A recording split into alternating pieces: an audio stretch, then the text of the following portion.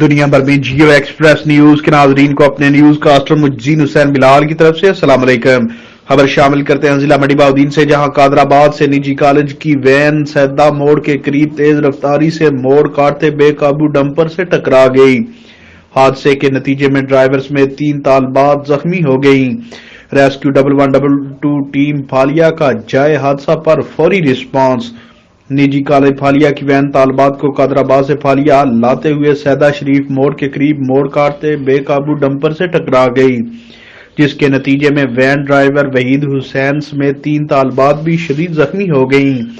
حادثے کی اطلاع ملتے ہی ریسکیو 1112 کی افضال خان، مبشر شہزاد، غلام دستگیر اور امتیاز احمد پر مشتمل ٹیم نے جائے حادثہ پر بر وقت پہنچ کر آپریشن کرتے ہوئے فرسٹ ایڈ فراہم کرنے کے بعد زخمیوں کو RHC بیکھو موڑ اور THQ اسپتال پھالیا منتقل کر دیا، جہاں تمام زخمیوں کی حالت خطرے سے باہر بیان کی جاتی ہے۔